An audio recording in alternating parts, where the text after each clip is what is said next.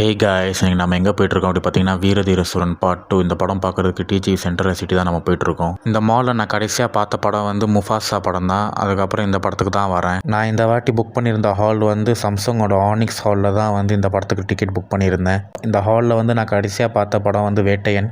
அதுக்கப்புறம் இந்த வீரதீர சூரன் படம் தான் வந்து பார்க்க போகிறேன்.